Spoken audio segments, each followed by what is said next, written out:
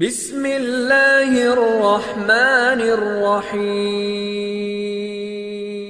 فَأَمَّا الَّذِينَ آمَنُوا،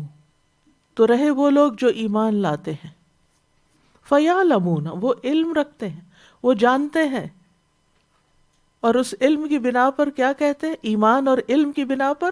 أَنَّهُ الْحَقُّ مِن رَبِّهِمْ، کہ وہ ان کے رب کی طرف سے حق ہے۔ تو اس سے یہ پتہ چلتا ہے کہ انسان کی زندگی میں دو چیزیں بہت فائدے کی ہیں، ایک ایمان اور ایک علم۔ ایمان کے بعد علم حاصل ہو جائے انسان کو تو ایمان مزید بڑھ جاتا ہے، اور پھر اللہ سبحانہ وتعالیٰ کی اطاعت اور آسان ہو جاتی ہے، اللہ کی خشیت بڑھ جاتی ہے، اللہ پہ توکل بڑھ جاتا ہے، اللہ کی عظمت کا احساس دل میں بڑھ جاتا ہے، اللہ کے آگے جھکنا آسان ہو جاتا ہے، اللہ کے قرب کی خواہش انسان میں پیدا ہو جاتی ہے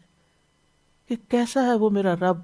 اور میں کیوں اس سے غافل ہوں، میں کیوں اس سے دور ہوں، میں کیوں اس کے کسی حکم پر یا اس کے کسی مخلوق پر اعتراض کروں۔ تو جو لوگ ایمان لائے وہ مزید سمجھنے کی بھی کوشش کرتے ہیں، غور و فکر سے بھی کام لیتے ہیں، اور جب انہیں کسی چیز کی حقیقت کا،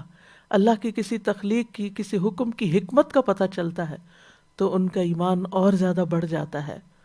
اور وہ پکار اٹھتے ہیں کہ یہ سب ہمارے رب کی طرف سے، کل من عند ربنا، اور یہ سارے کا سارا حق ہے، سچ ہے۔ اور اگر ان پر اس حق کی حقیقت مخفی بھی رہتی ہے، چھپی ہوئی بھی رہتی ہے، انہیں اس کے سارے مقاصد سمجھ نہیں بھی آتے، تو بھی ان کا پورا یقین ہوتا ہے کہ جو کام اللہ سبحانہ و تعالیٰ نے کیا ہے وہ بیکار نہیں، وہ بے مقصد نہیں، وہ بے فائدہ نہیں۔ اس لیے وہ کسی بھی اللہ کے فیصلے پر اعتراض نہیں کرتے۔ یہاں سے ان کو اللہ سبحانہ تعالیٰ کی تقدیر پر بھی پورا اعتماد ہو جاتا ہے، پھر وہ تقدیر کے معاملے میں بھی بے چین نہیں ہوتے، اس پر بھی سوال نہیں کرتے، اس پر بھی اعتراض نہیں کرتے، بلکہ زندگی میں ان کا رویہ کیا ہو جاتا ہے؟ سمعنا و اطعنا،